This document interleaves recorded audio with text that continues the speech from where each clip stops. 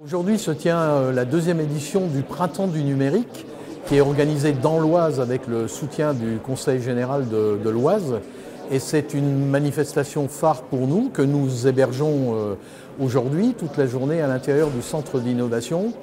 Nous avons répondu très favorablement à notre participation parce que le numérique est effectivement pour l'UTC un enjeu tout à fait important, tant sur le plan de la formation que de l'organisation et de la recherche. C'est aussi notre participation à ce printemps du numérique, c'est aussi un moyen de renforcer les liens avec le Conseil général, avec lequel nous sommes engagés depuis quelques mois dans l'élaboration d'une convention au sein de laquelle le numérique occupera une place très importante. C'est une transformation de la réflexion, c'est même une transformation du mode de pensée.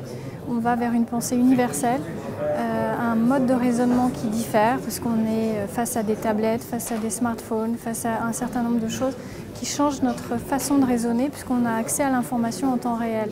Donc cette notion d'accès au savoir en temps réel, partout et en mobilité permanente, est un enjeu crucial et c'est ça qui va transformer notre société, et ça a un impact aussi sur les changements en termes d'autorité. On est beaucoup plus dans le bottom-up, c'est-à-dire que les services viennent du territoire et viennent des utilisateurs de l'Internet et non pas en top-down d'une personne ou d'une grande entreprise qui aura décidé de quelque chose.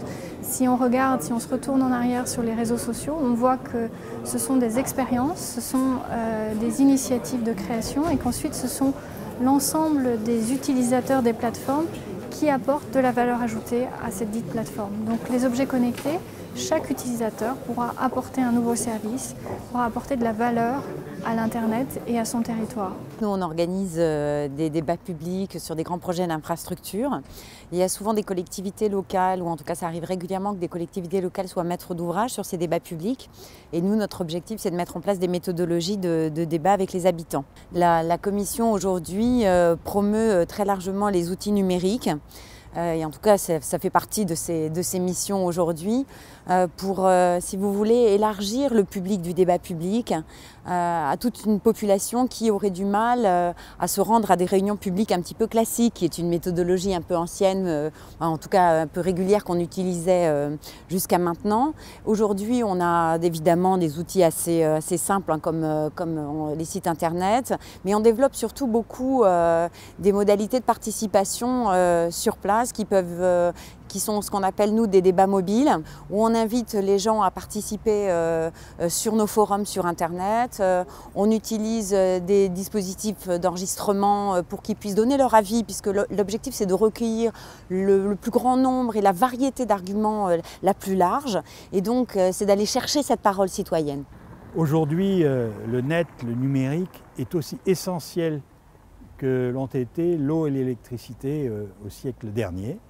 Et l'Oise sera le premier département de France full FTTH. Pourquoi l'avons-nous fait? Non pas pour être le premier, mais pour répondre aux préoccupations de nos concitoyens.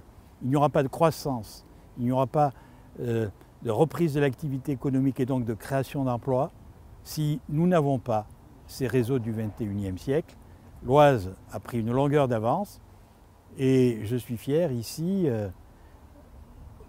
à l'Université technologique de Compiègne, devant le centre d'innovation, d'illustrer cette volonté de l'Oise qui innove, de l'Oise pionnière et de l'Oise qui ne se paye pas de mots, mais l'Oise qui agit.